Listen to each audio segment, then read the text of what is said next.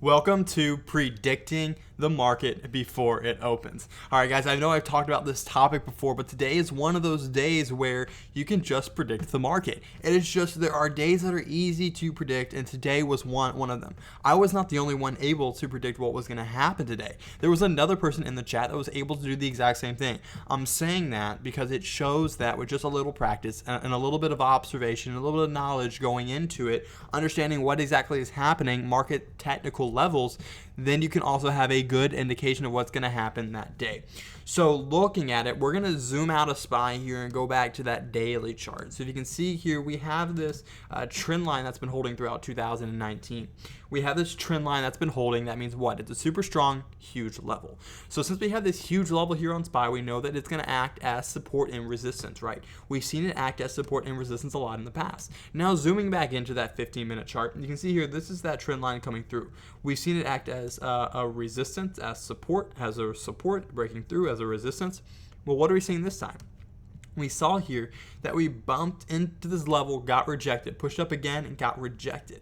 What does that mean? It means that we're seeing a resistance at this level. And also, if you want to look at it from a different perspective, we have this downtrend coming in. This is how I saw it. I saw a downtrend coming in, forming what is known as a triangle pattern. What is that? Well, we have this minor trend line coming up. It's sloping up, and we have this solid top. So we're seeing this previous downtrend.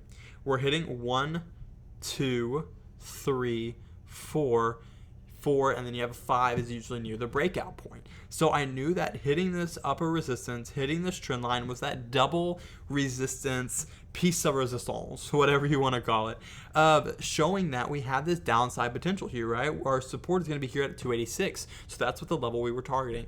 Not only myself, but someone else in the group chat was also looking at that levels based off the Elliott Wave projections. So he was looking at it on that basis. I was looking at it on the basis of this is a triangle pattern, which is the ones that I love.